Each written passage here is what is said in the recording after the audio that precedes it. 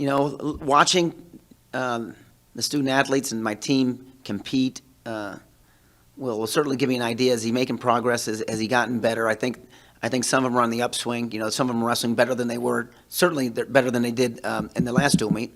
I'm excited to see the kind of grit that they display, the kind of fight they display, and watching them compete will certainly give me a barometer of where they're at.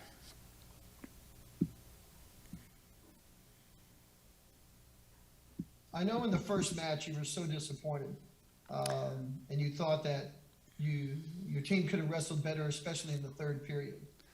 How far have they come in this regard throughout the year? They competed better for you, in your opinion?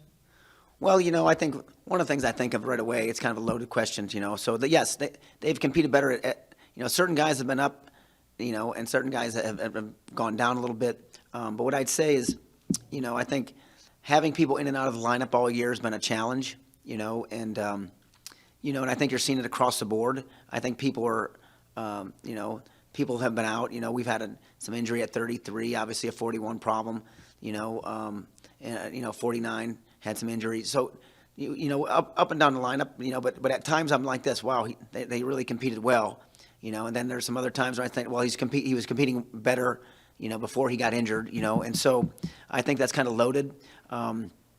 Like I said, I'm excited to see where they go, from here. Like, hey, listen, there's a, you get closer to the postseason, and then it's just, a matter of, who's mentally ready for the challenge, who really wants it, how passionate are you really, and so that's really what I'm looking for. I want to see somebody really passionate, instead of the coach being passionate, I want to see the athlete be passionate, and I think there's some guys that will display that this weekend. Thanks, Coach. Hey, Coach. Hey. So you mentioned Tony Madrigal in 133. How are him and Joe Grello both healing up after this extended time away from matches? Well, I think Tony, obviously he had a really good start to the season, and then obviously he got hurt, and we haven't seen the best Tony Madrigal yet. So I think he's got his, really just overcoming, it's more of a mental thing. When you're injured and have to compete injured, and we all do, and we all have, and I think that part has been very distracting to him, but I think once you get over the fact that, when you wrestle hurt and you've been used to it, I think it's just there's a threshold for pain you got to deal with, and there's a mentality that you have to go into the match with, when you shake hands with another human being and know that I expect him to come after me. And once you get that framed right in your mind, I think you'll have a better performance, and I think if he can get enthusiastic coming down the pipe in the postseason, I think that, we'll see a better product than what we've seen. I think he started really good. He beat maybe the 5, the 8, and the 10 or 11, and then he took some dismal losses. And so I'm excited to see if he's going to put it together mentally. At the end of the day, most people don't really care that you're injured. They want to just see what you can do. And when you shake hands with people, it's a fight. It's a controlled fight. And so I'm hopeful for him to get his mind ready for the competition in the postseason. Joe Grello, he's a pro. He's always working hard at it.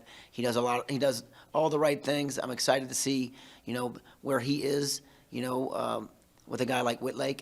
And then obviously getting into the postseason. There's lots of people, I think, that, in the Big 12 tournament and at the NCAA championships that Joe can compete and beat. So, but we'll see where he's at and see how he competes and how he handles all the little details.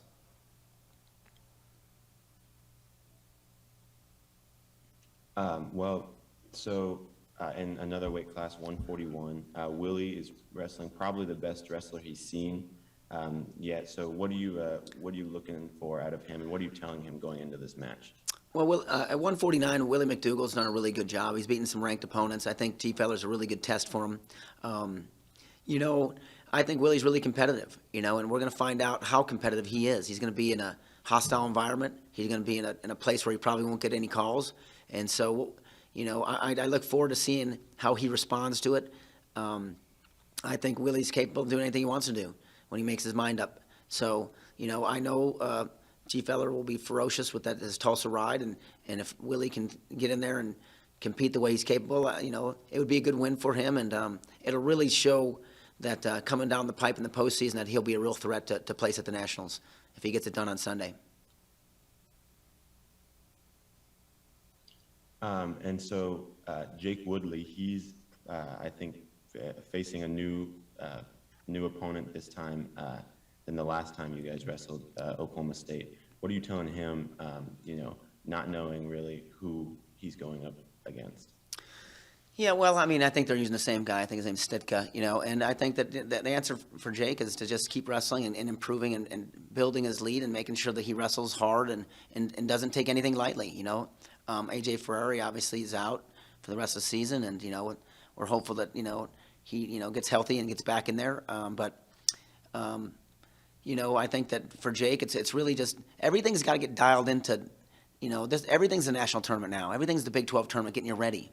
And how you approach your wrestling, and from your warm-up to the cool-down to your attack rate, everything starts to matter. And so I think you got to have your finest performance always, especially in the postseason. You're getting down to the nitty-gritty here. So, I think Jake has to really just focus on, again, doing all the things you're supposed to do and getting his mind ready for the competition, and not – you have to get to a place where you're competing against nameless, faceless people. It does not matter who the person is. The outcome will depend on how well he competes, and if he does the little things right in finishing and getting off bottom and riding hard. So, I think it's an easy message for him, do all the little things right. This is what you work for, and it's exciting. But we're getting, like I said, we're in the postseason, for Christ's sakes, and you got to get yourself ready to roll. It does matter. So, I'm hopeful that he'll go out and that's. I hope he's aggressive. And takes control right away and builds his lead.